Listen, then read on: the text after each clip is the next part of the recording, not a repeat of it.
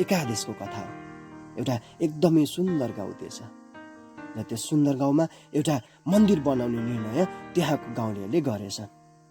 र सबैजना मिलेर 1 दिन 2 दिन 3 दिन गर्दै गर्दै एउटा मन्दिर पनि उनीहरूले निर्माण गरिसकेछ।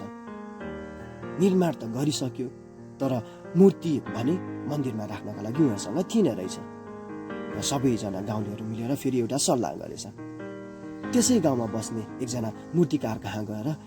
मन्दिरको लागि एउटा मूर्ति बनाइदिन आग्रह गर्ने भनेर र सबैजना मूर्तिकार कहाँ गएर एउटा मूर्ति बनाइदिन आग्रह पनि गरेछ र गाउँलेहरूको त्यो आग्रहलाई मूर्तिकारले पनि नकार्न सकेन रहेछ र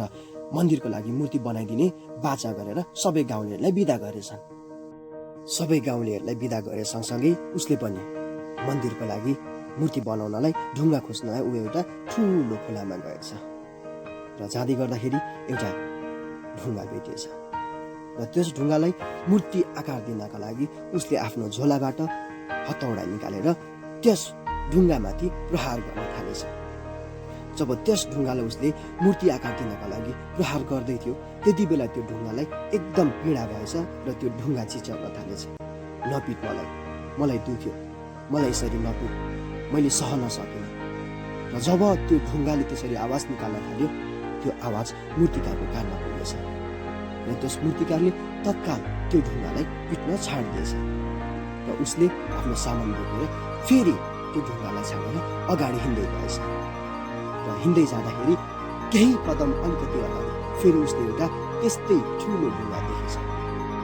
र त्यस ढुङ्गालाई पनि मूर्ति राखिदिन्छु भनेर उसले फेरि आफ्नो हतौडाले पिट्न थालेछ र पिट्दै जाँदाखेरि त्यो ढुङ्गाबाट भने अगाडिको ढुङ्गा जस्तो आवाज निक्लिएन रहेछ र जब उसले बिस्तारै त्यो ढुङ्गालाई मूर्ति आकार दिँदै गयो दिँदै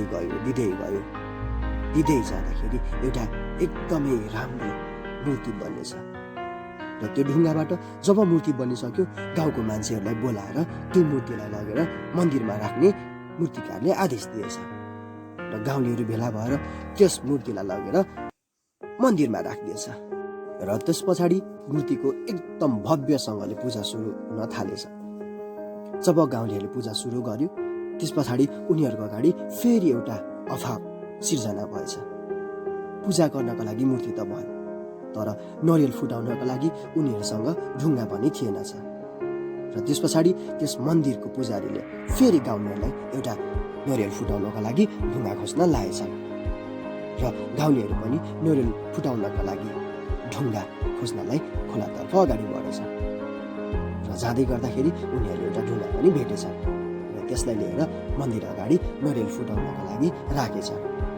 संयोगवश त्यो नरियल फुटाउनका लागि राखेको ढुङ्गा अरू कुनै ढुङ्गा नभएर मूर्तिकारले सबैभन्दा पहिला मूर्ति आकार दिनका लागि आफ्नो हथौडा प्रयोग गर्दाखेरि मलाई दुख्यो, मलाई पीडा भयो भन्ने ढुङ्गाले परेछ। त्यस पछाडि त्यस ढुङ्गामा नरियल फुटाउन थालिएछ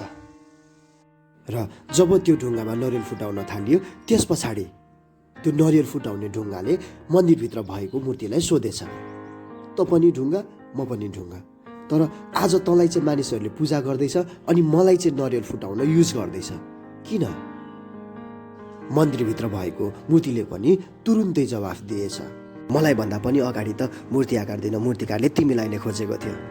तर त्यति बेला त्यो मूर्तिकारको थोरै ठक्क र थोरै हन्टर तिमीले खान सकेन।